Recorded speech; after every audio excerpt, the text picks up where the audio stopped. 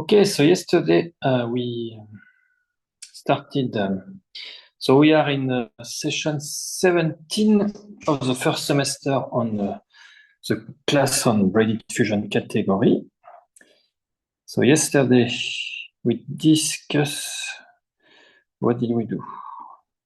Yeah. So we started to state generalization of the theorem of Neuger regarding the dimension, the categorical dimension of fusion subcategory in a braided fusion category. So, the general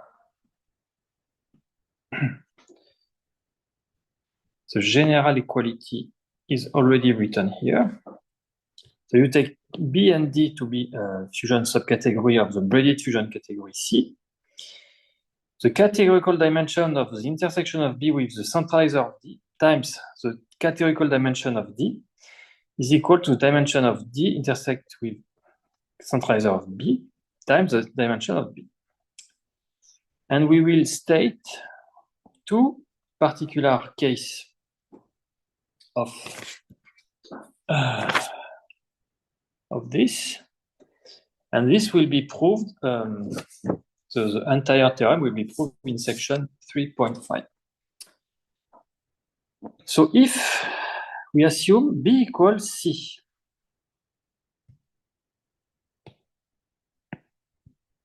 so if B equals C, so you have C here, C here.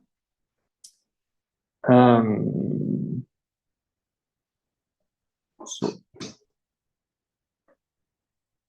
C, so this will be D prime times D, will be dimension of C and C prime here. Okay.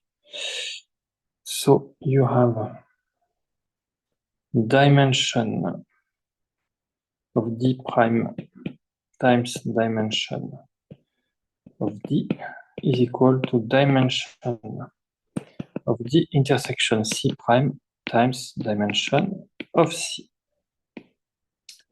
Okay, and now if you assume C to be non-degenerate, you have you can simplify even more. If it is non-degenerate, then this is vec, so you can, this is equal to 1.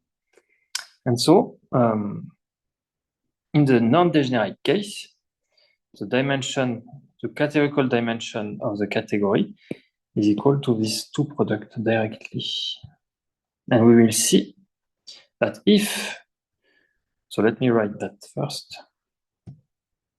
So in this case, we have that.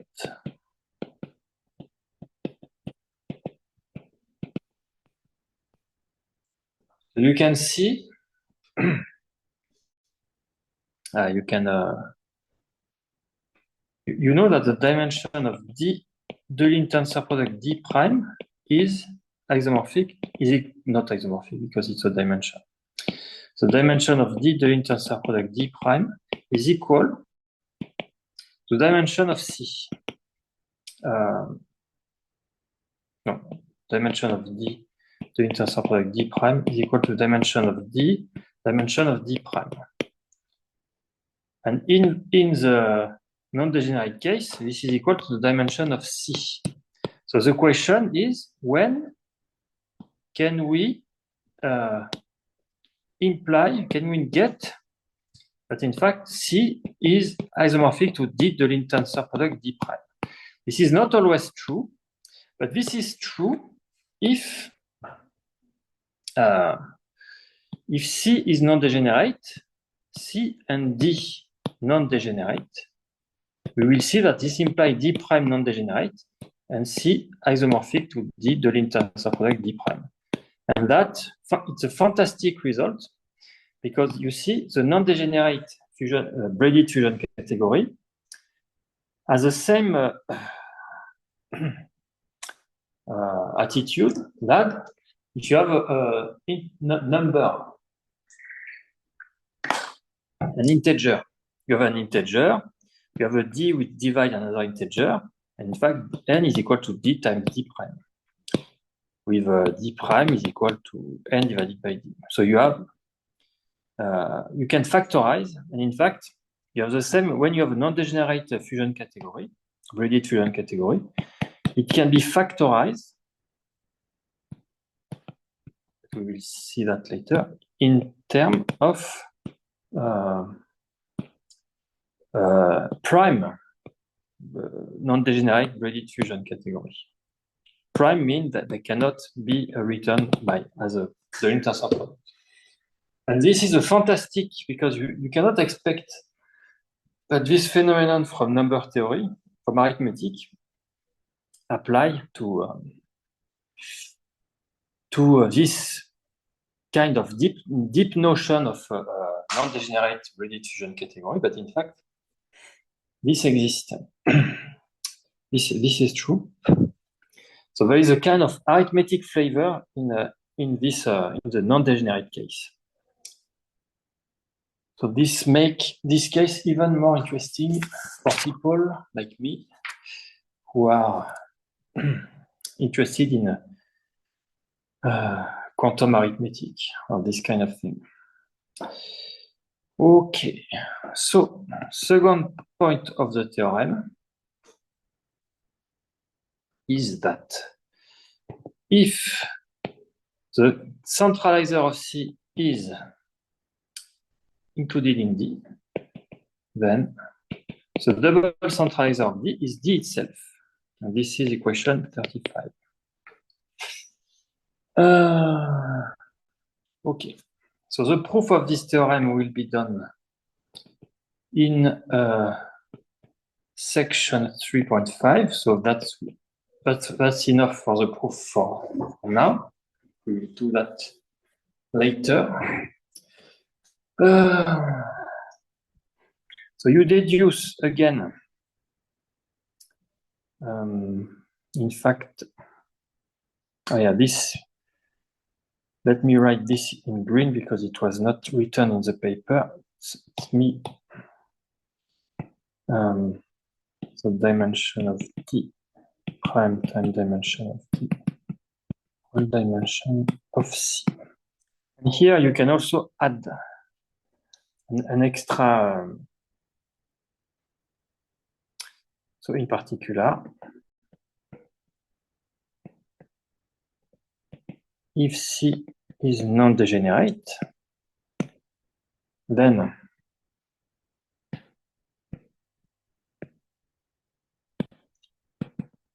C prime equal vec is included in D for all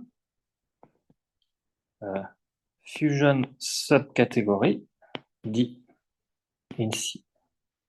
So the double centralizer D is equal to D for all fusion subcategory in the non-degenerate case if C is non-degenerate.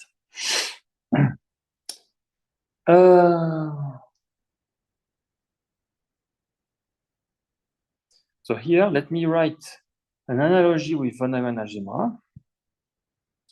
I will write a few analogy with von Neumann algebra. So here we have D included in C non-degenerate imply D double prime equal D. But analogy with von Neumann algebra.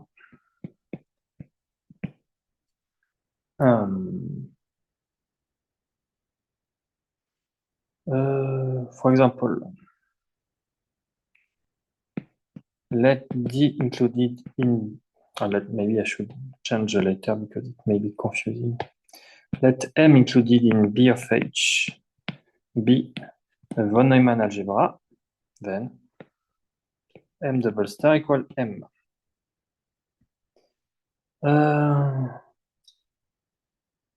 You have the non-degenerate. M is non-degenerate. M non-degenerate. If and only if. No, wait. Let me write this here. D is non-degenerate if and only if D intersection D prime equal VEC, and for von Neumann algebra, you have M is a factor if and only if M intersection M prime equals C. So this is, we have something similar.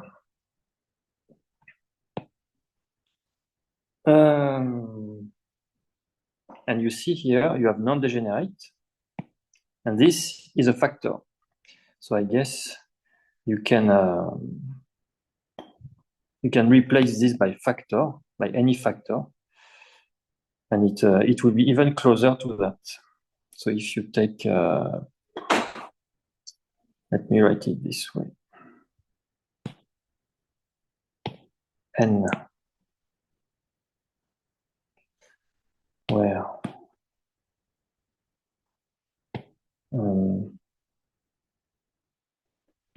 with M von Neumann algebra and N factor, then you have that.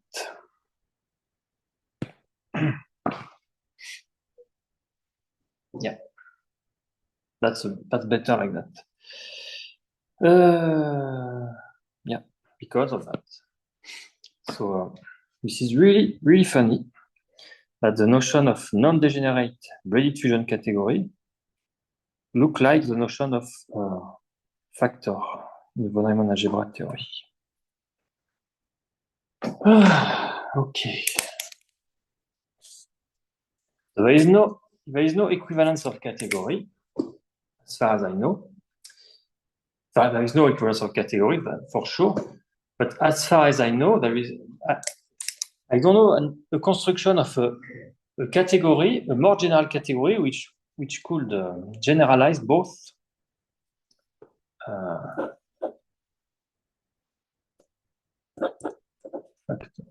notions.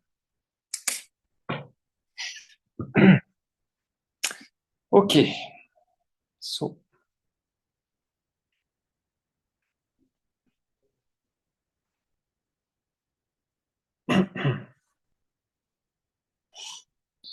okay.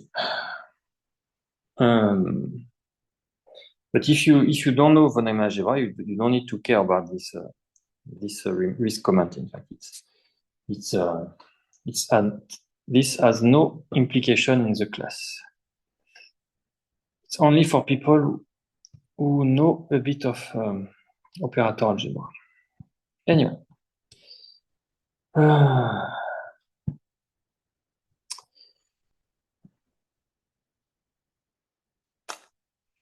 Okay, so now we have a notation for fusion subcategory generated by two fusion subcategory. So let A be in C be fusion subcategory. We write this notation. It's not a union, it's a V. It's not a U, it's a V. V. For the smallest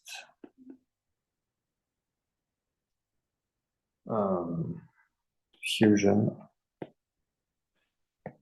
subcategory of C containing both A and B.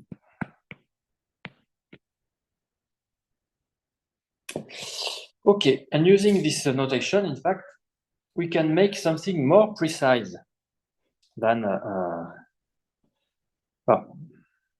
we can generalize this when we have no information on that. So as we will see immediately, so corollary 311.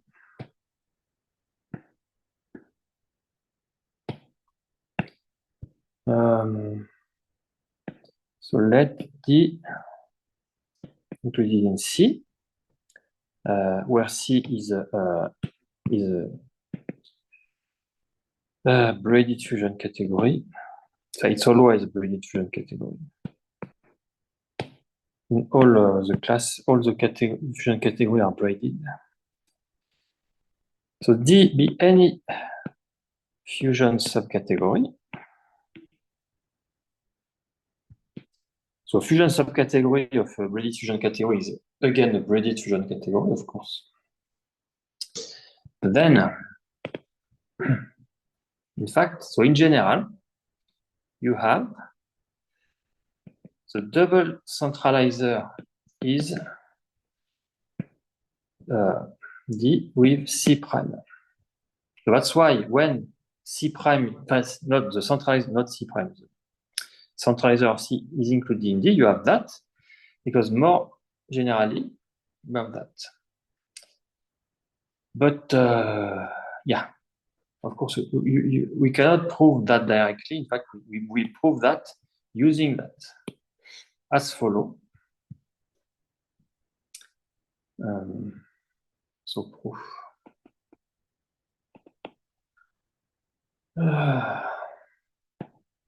Let D tilde. So you consider this bigger braided fusion category.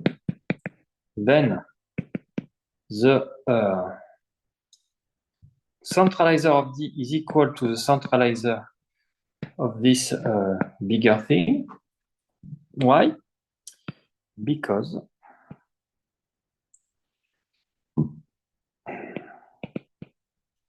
the double centralizer of C is C itself, by definition of centralizer. So so this is equal to so D like that, which is equal to D prime intersection C double prime, which is D prime. So you have to see, you have to convince yourself also, but it's immediate, that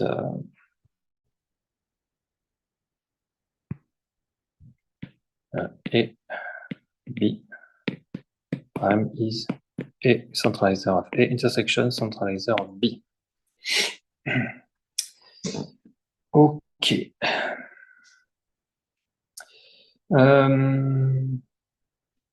So the centralizer of this extension is the centralizer of D itself. So now if you apply again centralizer, yes, the double centralizer of D is the double centralizer of D tilde.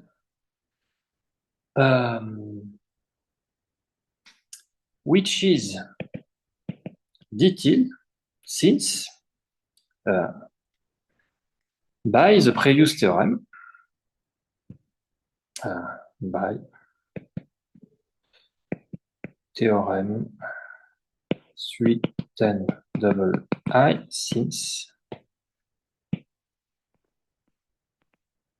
C prime is included in D tilde.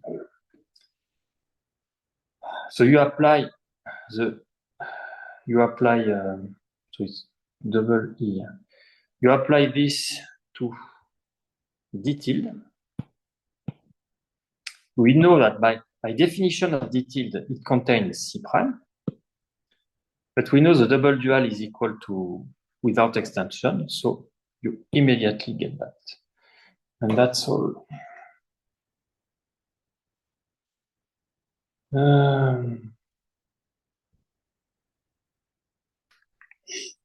Okay.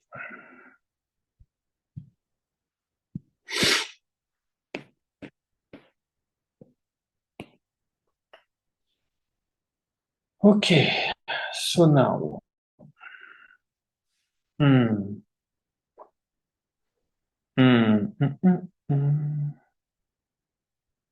Okay, so now we have we will state an identity on dimension involving this V, this notation V here. Yeah, and the intersection.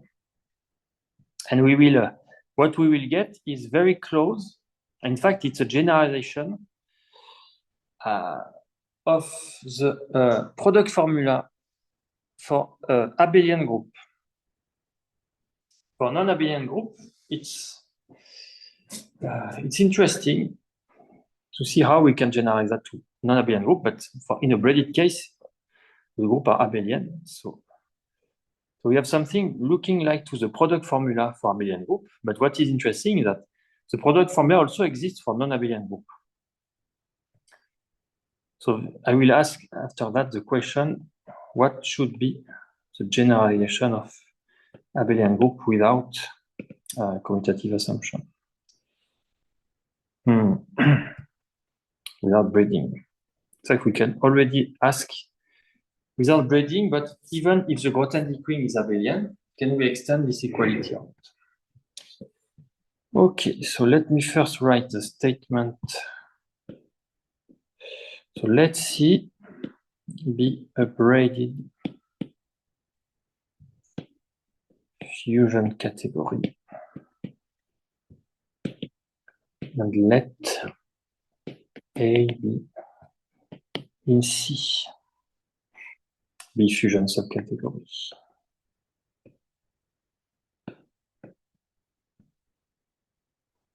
Category. Then the dimension, so that will be equation 36. Categorical dimension of A times the categorical dimension of B equals the categorical dimension of the fusion subcategory generated by A and B and times the categorical dimension of the intersection. So before the proof, I will write some remark, and I guess this remark is important and is missing in their paper. I guess maybe they think about that, but that is not right.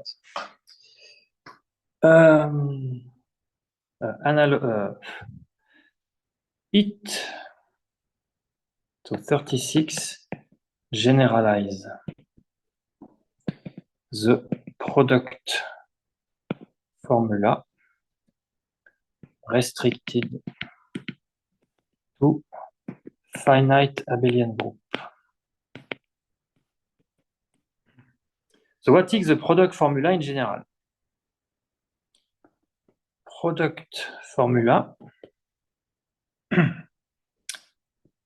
for general finite group.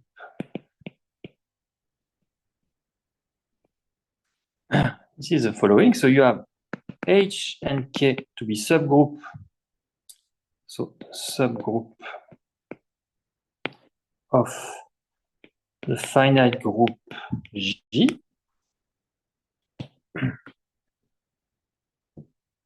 I will try to write correctly. Subgroup of a finite group J.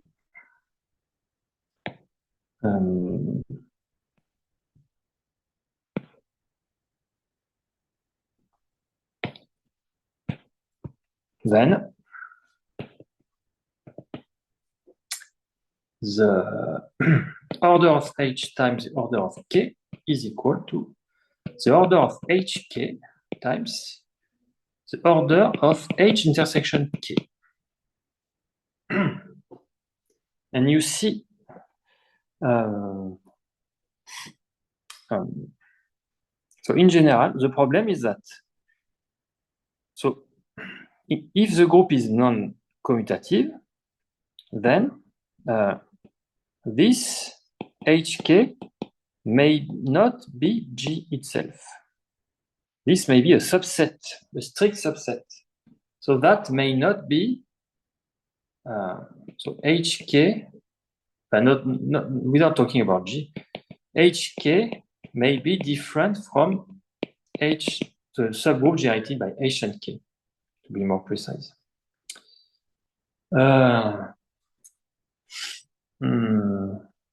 But the theorem is stated this way, if I'm not mistaken. So here, it works in the abelian case, the analogy, it generalizes that in the abelian case, because in the abelian case, hk equal kh.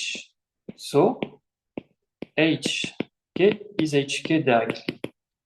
The subgroup generated by h and k is hk pointwise.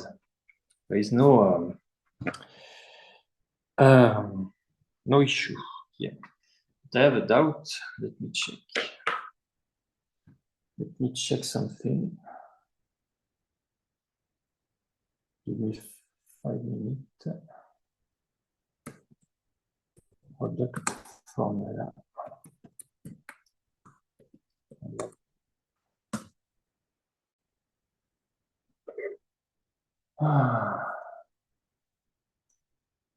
Yeah, it should be like that. Yeah, it's okay.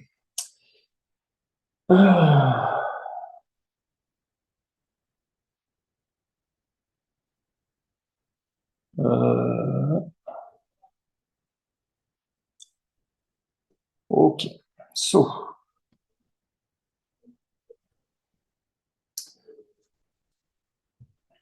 the problem is that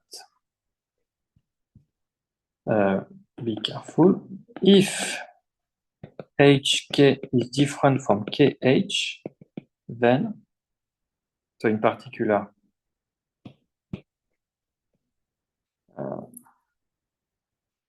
then hk is different from hk. In fact, I guess it is an equivalence.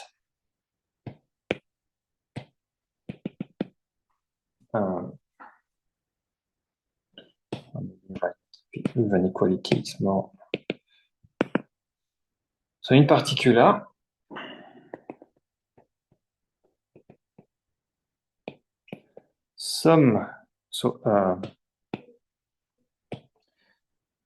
this always hold if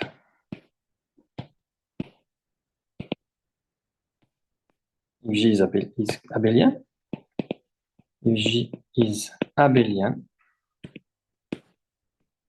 but may not hold otherwise.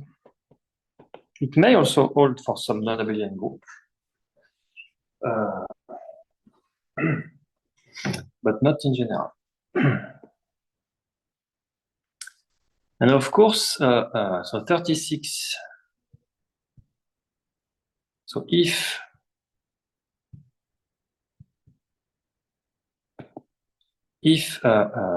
C is equal to C of GQ, so the parametric group. So G is abelian because it's braided. G abelian, where G is abelian. Then let me write this equation as 36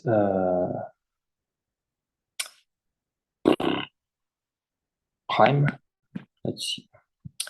Then 36 imply 36 on C. So it's really a generalization.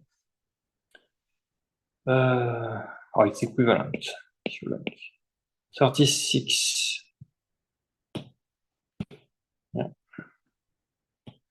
36 prime on G is equivalent to 36 on C of GQ. Okay. And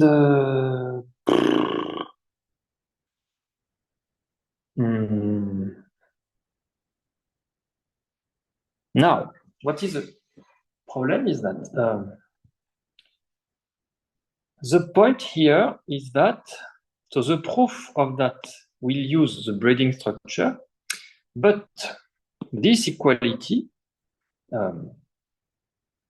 do not involve the braiding structure. So we know this equality is not true without, if you remove that, it's not true, because if you take a non-abelian group, you can, if you take a non-abelian group where this is different from that, then you will get this is true, but this is not true with that inside. But this equality is like that. So the question is how to generalize. The first way to generalize, in fact, to make sure you have that, you can replace braided by commutative Grothendieck ring. I mean, you can ask whether this is always true for commutative Grothendieck ring. So you can write the following. So we know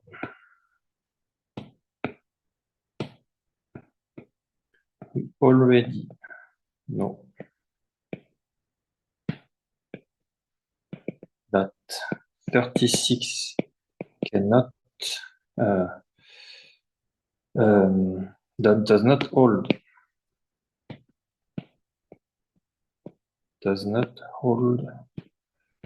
if the braided assumption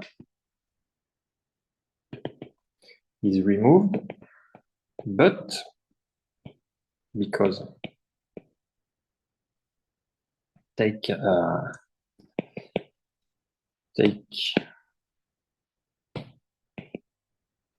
C equal vec G with G non-abelian and HK in G such that HK is strictly included in like that, and you can find plenty of examples like that. So we can just directly like that. But there are 2 points. But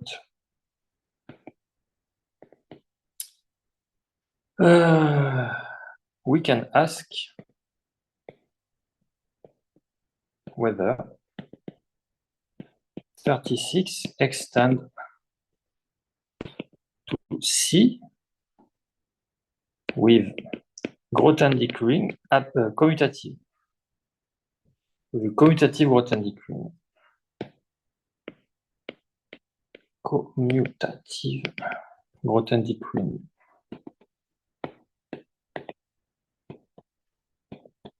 So I don't know. In fact, I did not search in the literature whether this is known or not for any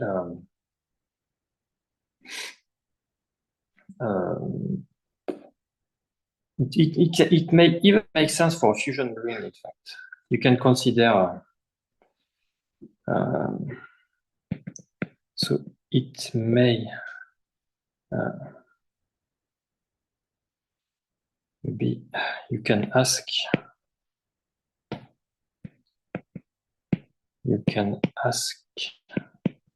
also for fusion rings, for commutative fusion ring with the Frobenius-Perron dimension.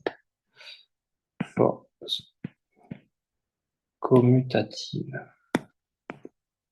fusion rings with Frobenius-Perron dimension. So I don't know whether it is true or not. And the second question is, now, in general, how to extend 36 prime. So we know 36 prime is true for any finite group. So this, you can make sense to this equality for pointed category. You have to make sense of that as you have something like that, which should be, I don't know, how to extend 36. in general.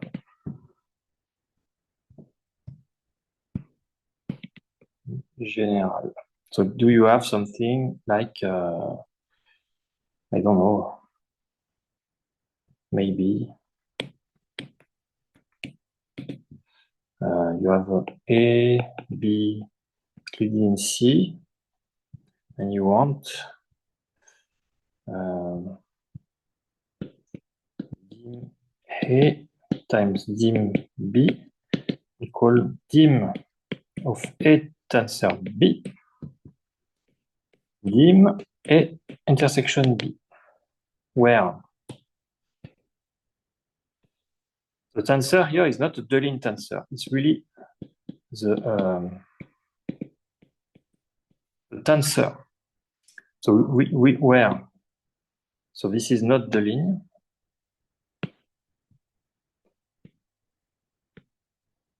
Not Deligne. This is not the Deligne tensor, but just the tensor where A tensor B is equal to A tensor B. Just the, yeah, I don't know if this makes sense. Yeah, it's just a category of object. There is no A in A, B in B, but there is no monoidal structure.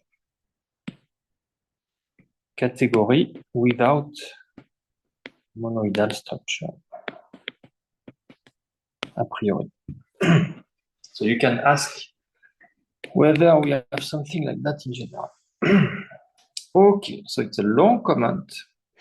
It's a long remark, but this remark was very natural. So now we can prove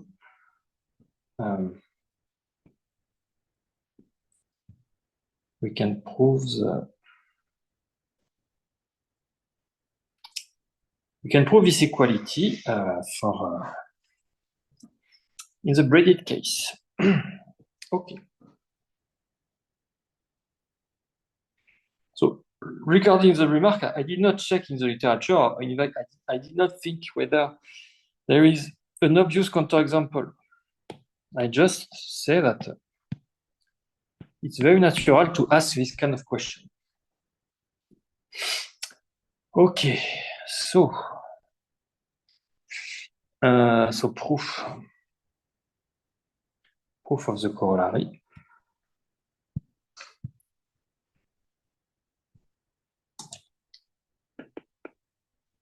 Proof of corollary 312.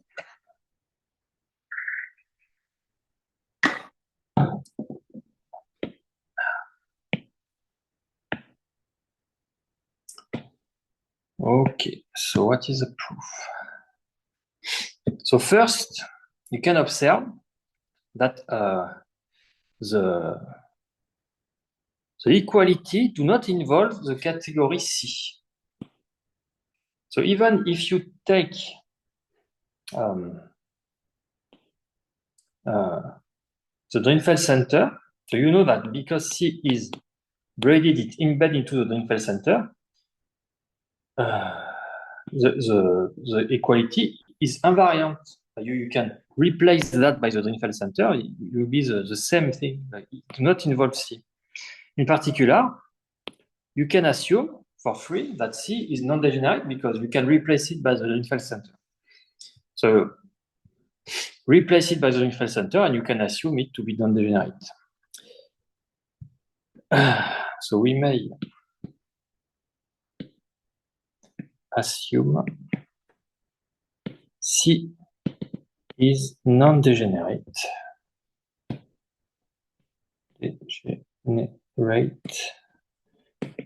Since otherwise we replace it. Oh, let me see also here.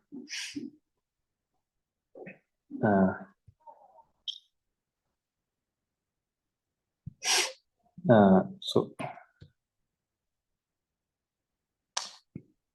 this question makes sense also for any fusion ring, in fact. You can, with Frobenius power dimension. This question make sense also for any fusion ring with FPDIM again, exactly as for the previous point, where the tensor product in a fusion ring is replaced by just the product of the. So you have something like that.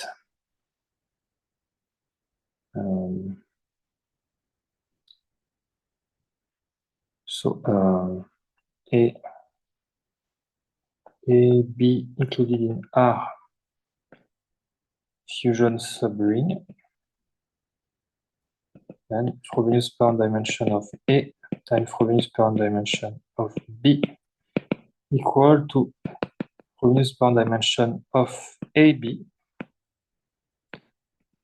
Frobenius power dimension of A intersection B.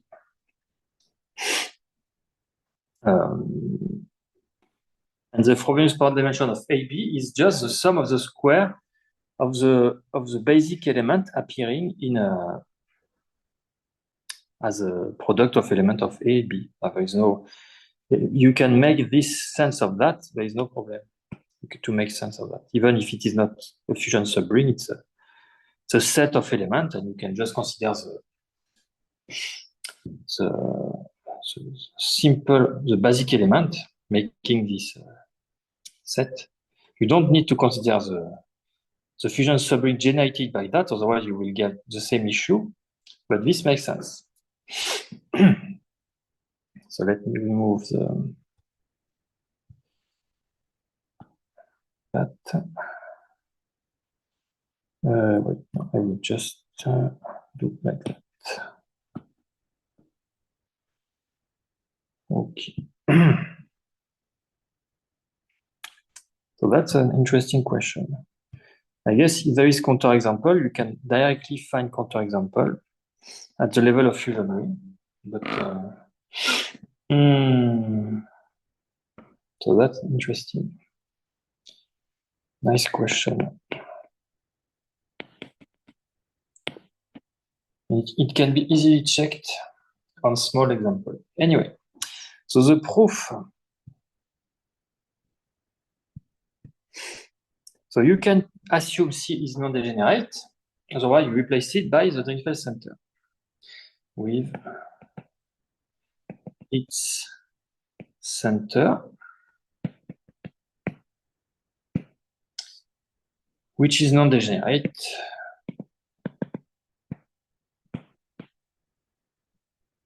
Oh, it's time for the pause.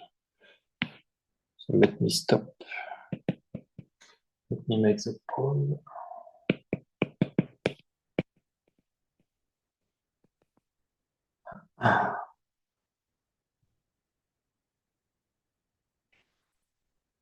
Okay.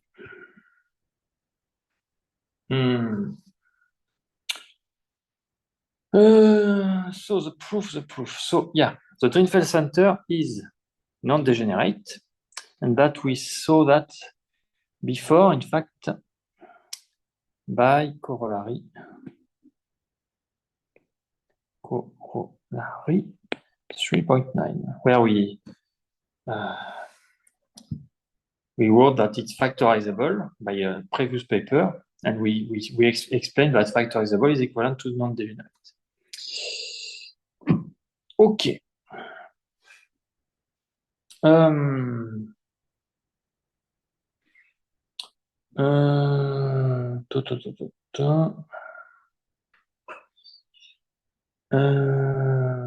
Yeah. So this is okay. Okay. Since 36 does not involve C and C embedded in the Drinfeld center as braided category. Okay. So you have that. And here you can say, okay, regarding the comment written here, you can say, okay, so the problem was you cannot extend this, you cannot remove braiding because you have some trivial example with a group which are non-abelian, but what if you remove braiding, but here you replace everything by taking the center everywhere? Can you get something? In fact, I'm not even sure if you have a fusion subcategory. I'm not sure if the Drinfeld center is also like that. So maybe I will not write. I will not extend the comment. Maybe I will just write a little thing.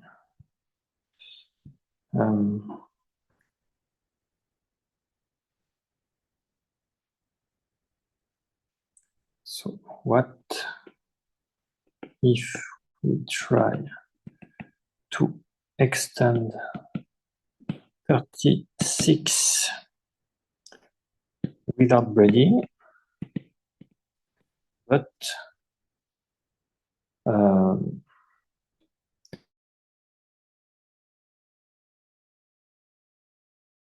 the Drinfeld center of any fusion category is a non-degenerate braided fusion category. So you can ask this kind of question. A included in C implies center of A included in center of C. I'm not sure. I don't think so. I'm not sure. Etc. etc. So I will not extend more comment about that. Remark. Anyway, so next. Okay, so you can assume C to be non-degenerate. Okay. Now, using equations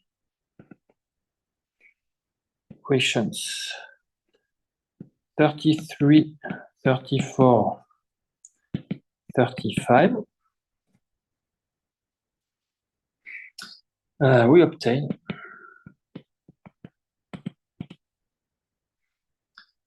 the following, so which is as follows. So let me so dimension. So there will be a 3 intermediate step. I will explain.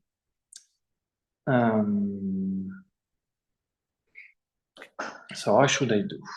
So let me write it this way. Dimension of A generate A B. What's the name in English? Wedge or wedge B? Anyway, is equal to dimension of C divided by dimension of A prime intersection B prime. So first step, this equality. Why we have that? The proof, we have that because so you just write dimension of A prime intersection B prime times dimension of A VB like that is equal to dimension of C. Here you just apply so equation 34 with D equal A VB. Since we assume that we can reduce to the non-degenerate case. So let's come back to 34. We know that it's non-degenerate. So it's 34 prime, in fact. 34 prime.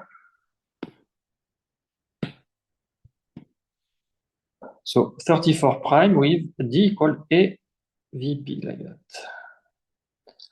So where is it? So here you have C.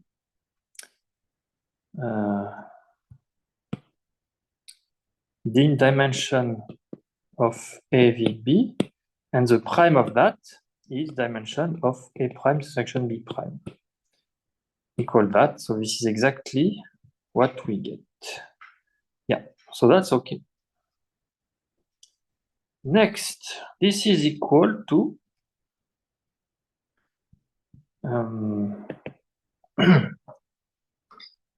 dimension of C, dimension of B divided by dimension of A prime, dimension of A intersection B. And here, so here, we don't care about that because it is the same. We only care about this point. So this point, again, you can reformulate it as a previous identity. So you get dimension of A prime intersection B prime, dimension of B, equal dimension of A prime, dimension of A intersection B. And here, you apply 33 with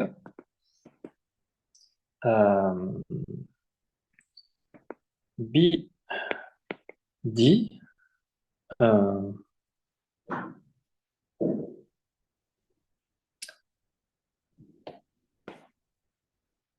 so in the equation 33, you replace BD by A prime B. So there is a little collapse in the notation. So the B here is not the same as the B here. You just come back to 33. You replace BD by A prime B. So A prime B, B, B, A prime, A prime. So A prime prime, so it's A double prime. So do we get what we want? So D, so B equal A prime. A prime. That's okay. D equal B. So that's okay. This is what we want. And here D is B. That's okay again. B is A prime here. So that's okay. And here you have D, which is B, and B prime, which is A double prime. But C is non-degenerate, so A double prime equal to A. So we need to write that.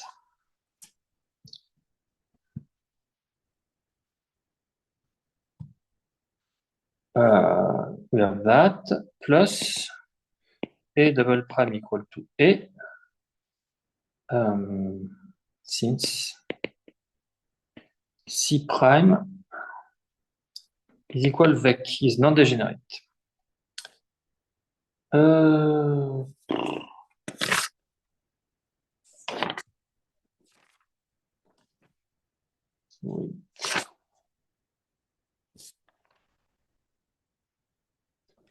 This is 35 prime, I guess. I don't know if I wrote a prime. Yeah, you can write 35 prime if you like. 35 prime. In the non-degenerate case. Okay. By 35 prime. Okay, next. So we are last step. So this is equal to dimension of A, dimension of B divided by dimension of A intersection B. And here, you don't care about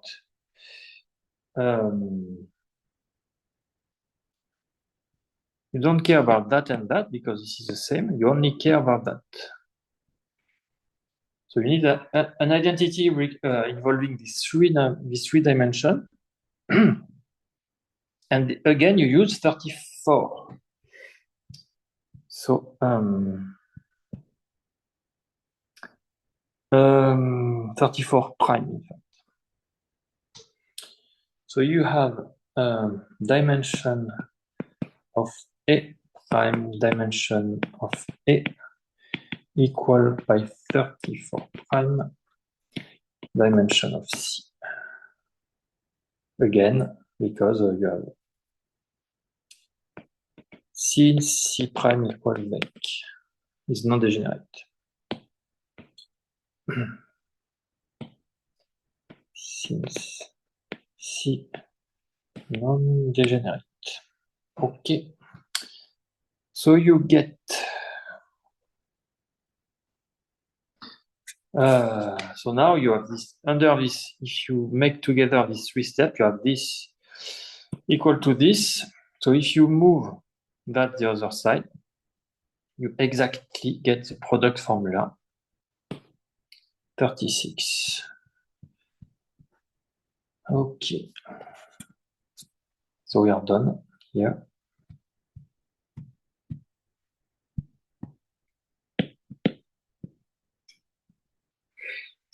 Okay.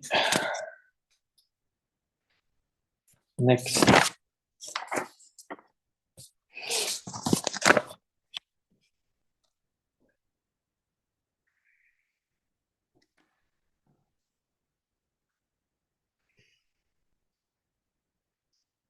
Hmm.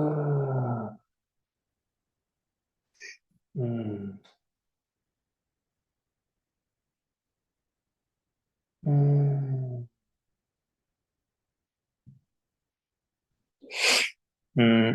Hmm.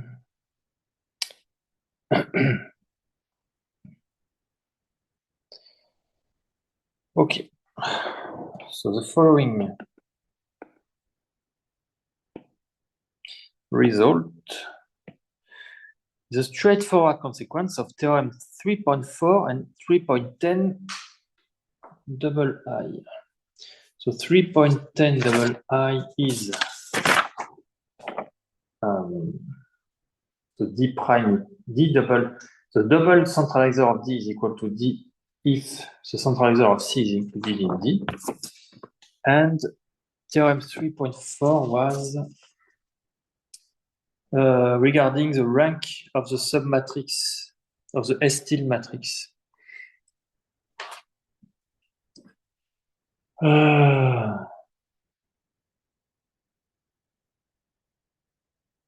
Okay, so the following result is what I am a little bit confused in. He says it's a straightforward, so maybe I have a problem in my note. So he said it's a straightforward consequence, and then there is still a proof which is not so short. The following result is an easy consequence of that. In the case where C modular is true, it is due to. Okay. Okay.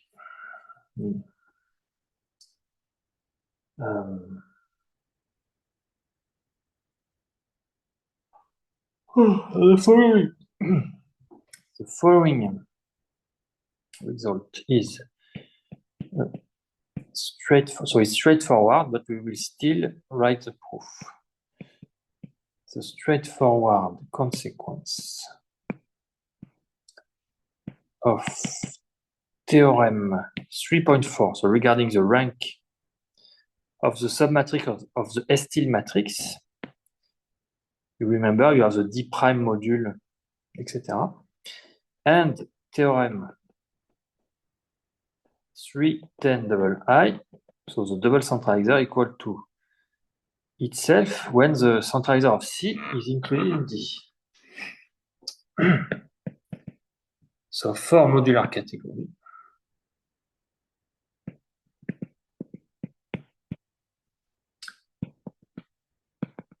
it is originally originally due to Muger 20. So two papers in the same year. One in a journal whose initials are PLMS, and one is GPAR. So with this initial, you can easily recover the journal. But if you publish only two papers in this year, then this is exactly these two papers. If there is an extra paper, anyway, you can still, in any case, you can look to the paper we are covering. You can look to the reference. You will find all the references there. No problem. So let's see the braided fusion category.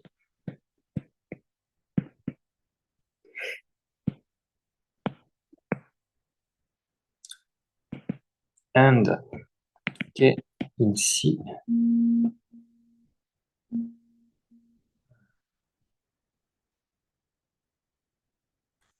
K in C, be a fusion subcategory.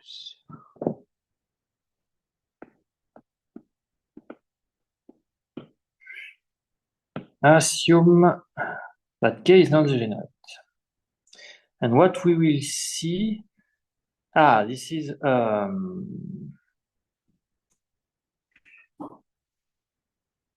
okay. So if K is non-degenerate, we already have that. So the Deligne tensor product of K with the centralizer of K is an equivalent to C. So we don't even need C to be non-degenerate to get this kind of equivalence. But in this case, the centralizer may not be non-degenerate. So if you want to have this arithmetic-like property of like decomposition of prime number, you need C to be non-degenerate, but in general, you still have this kind of decomposition. So let me write. Assume that K is non-degenerate.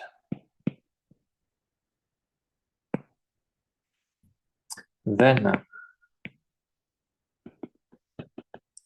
the natural braided functor C is an equivalence. Okay. But as I said, these two are not assumed, may not be non-degenerate. But even that, you can still no, you can iterate. So okay, you have that. This is degenerate, non-degenerate. So you can iterate. You can make it as a Deligne product of degenerate, and here you can again iterate. You can, but you will still get a piece which is degenerate. So okay, so if you have K prime, and now in K prime you have a K I in K prime which is non-degenerate. So then K prime is K I times K I prime intersection K prime. So anyway, you can continue like that. At some point, you will have to stop if K prime is degenerate. You can iterate, but at some moment you will find something which cannot be split and which is degenerate. Otherwise, it will be not degenerate. But this is interesting again. Yeah, so the decomposition in the non-degenerate case, the decomposition is unique up to permutation or isomorphism. But if C is in general, I don't know. So this kind of decomposition, when you iterate that, may not be unique. But it is still interesting. It may be still interesting to see up to which you can get this way. Anyway, so this is an equivalence.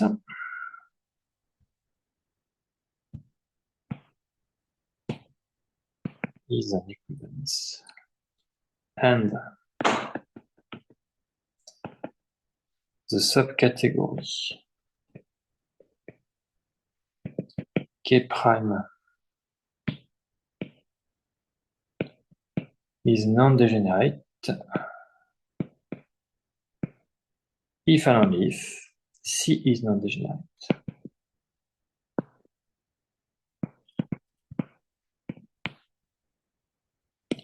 So according to that, as I said, you can iterate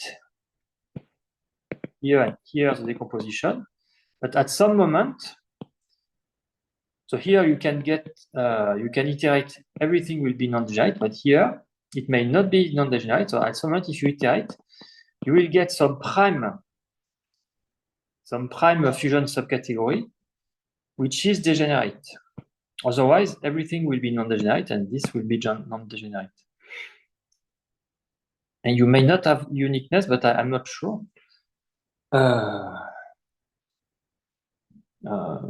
point is that if you do that, you have that, and then it's non-degenerate, and you continue like that, non-degenerate. So you, at the end, you only have a product of non-degenerate and a single thing which is degenerate, I guess. So that's strange. Anyway. I hope I'm not mistaken, but it does not matter. I'm just saying some informal comment.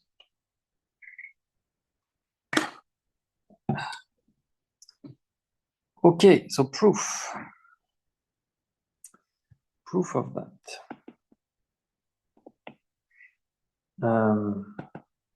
So as written before, we will use the theorem 3.5 but in fact,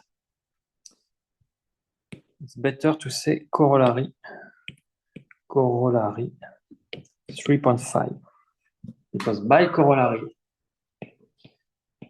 3.5 it's a consequence of 3.4, but in fact what we need is 3.5. The non-degeneracy of K mean that K intersection K centralizer is VEC. And this is 3.5. If I'm not mistaken. Yeah, so that's only what we need. Take D to be generated by K and the centralizer of K. And consider the tensor functor from K de l'intensor product K prime to D. The tensor functor K de l'intensor K prime to D, defined like that, is braided. So maybe this need an exercise for the details. And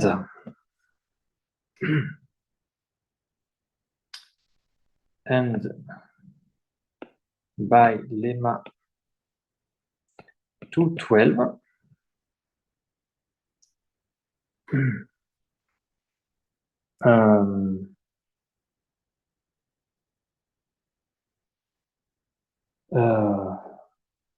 is, so what is the tensor functor is braided, and is an equivalence.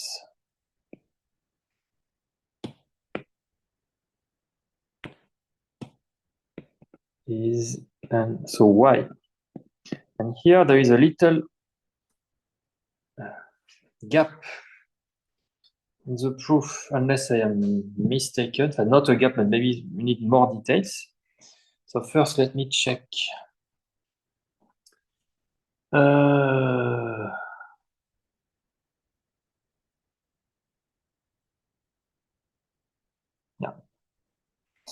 So the fact that it is an equivalence was already proved by Muger.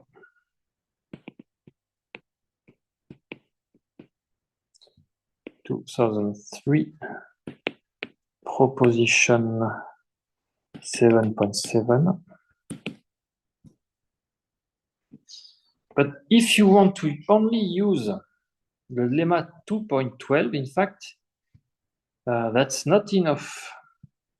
So the proof is not enough. You need something else, because so the argument here is not complete. But as I said, maybe the rest is just details. In fact, we don't need. It's not a mistake in the paper. It's just that they are missing one detail, which may be trivial, but for me it's not completely trivial. By lemma 212, the functor, but maybe it's trivial. I'm missing something. The functor is fully faithful.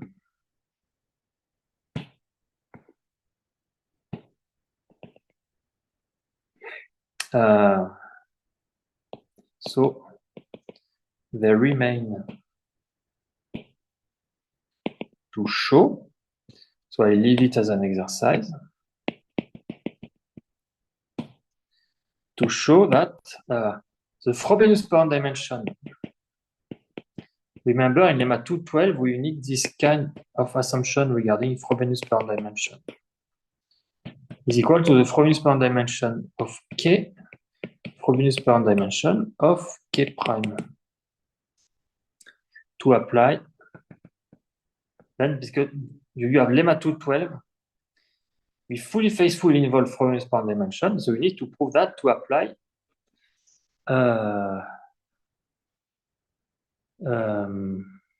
so no, let me wait. Let me just come back to lemma 212.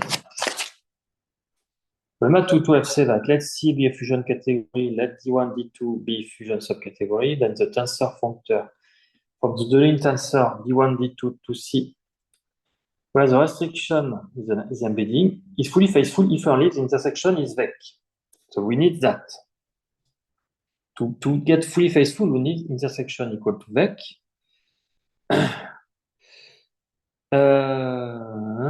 So that should be okay. And then, so we are fully faithful. And then if we want to apply 211,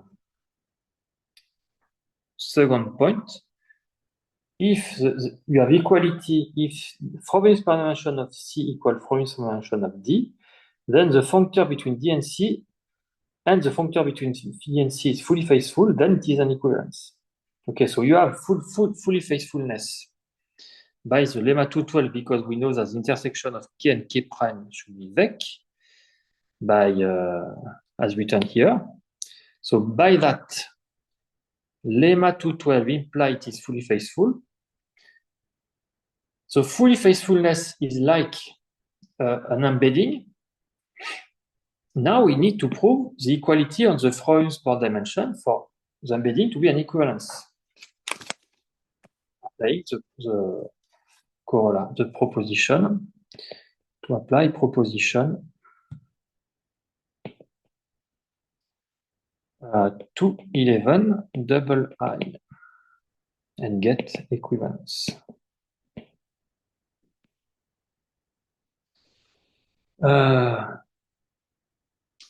Otherwise, you can just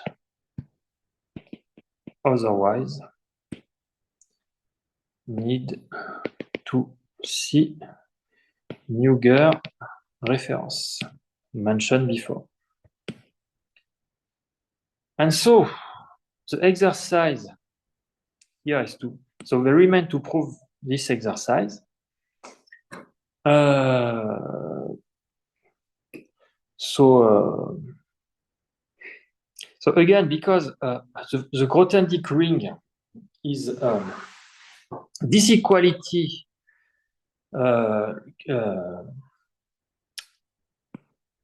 reduced to the Grothendieck ring, but here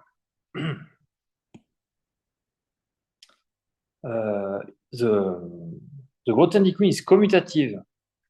So you have this is equal to that. So I guess maybe by commutativity at the level of Grothendieck ring, you get that directly.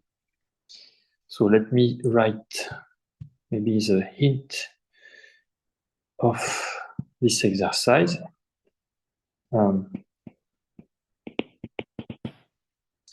Use that the Grothendieck ring is commutative. So that K tensor K prime equal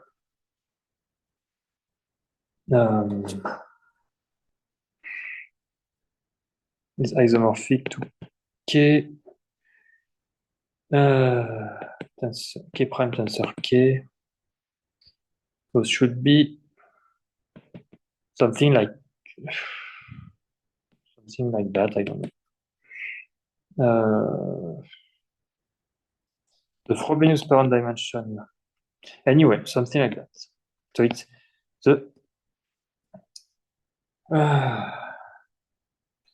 it's similar to the product formula before because it's commutative.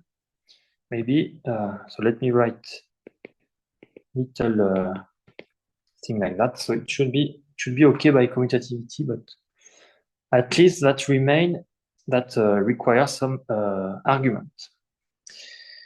Okay. So now, so unfortunately, I will have no time to finish the proof today. So here you should understand that it's not mathematically speaking, it may not be very correct, but the idea should be something like that. Anyway. Okay, so we have an equivalence between that and that. So now they remain to prove. So these are equivalent to that. D is that. Now we need to prove that D is equivalent to C to get the result.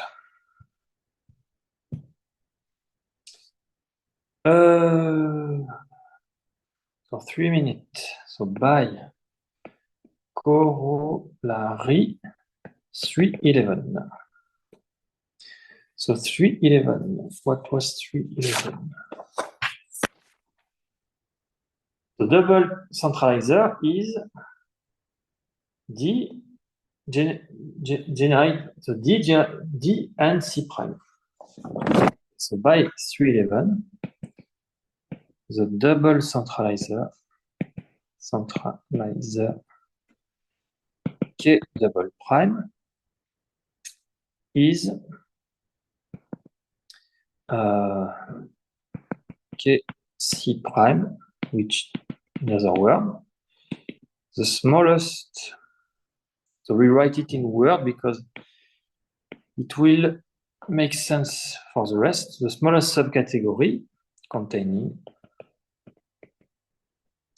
both K and C prime. Thus, and here, okay, so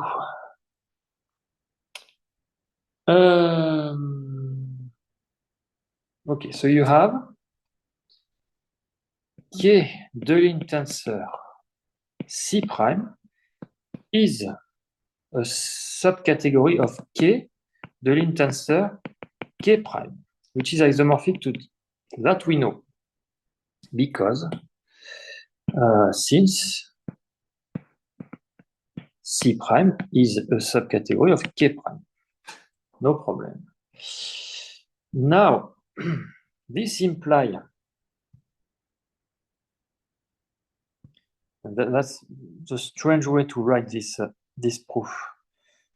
This implies that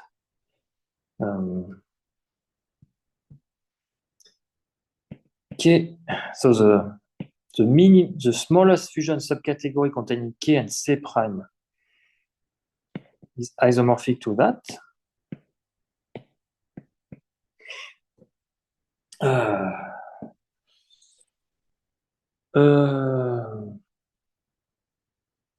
Since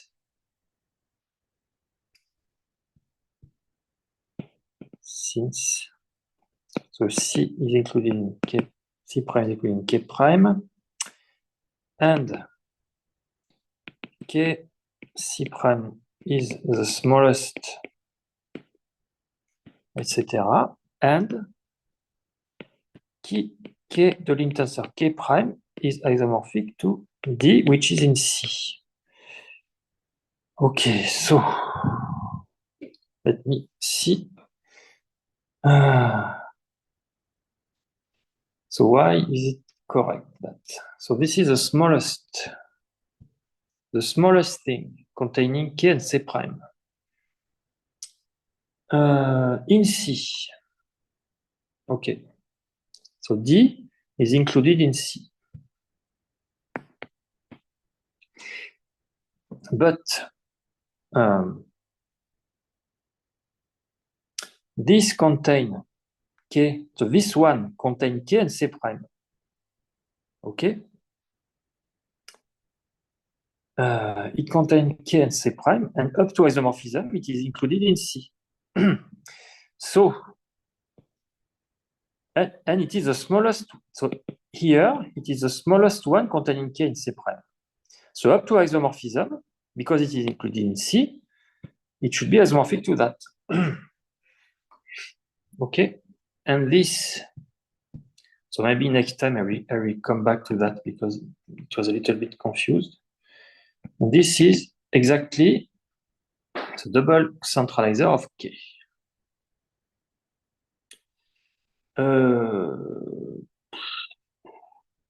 Because of that. Okay. So this is written here. Corollary 311. So I will stop today here because it's time. Next time I will continue with proof. And I will try to clarify, maybe I will try to clarify a little bit this argument. But the idea is essentially there. There is nothing no mystery here. Okay, so let me stop.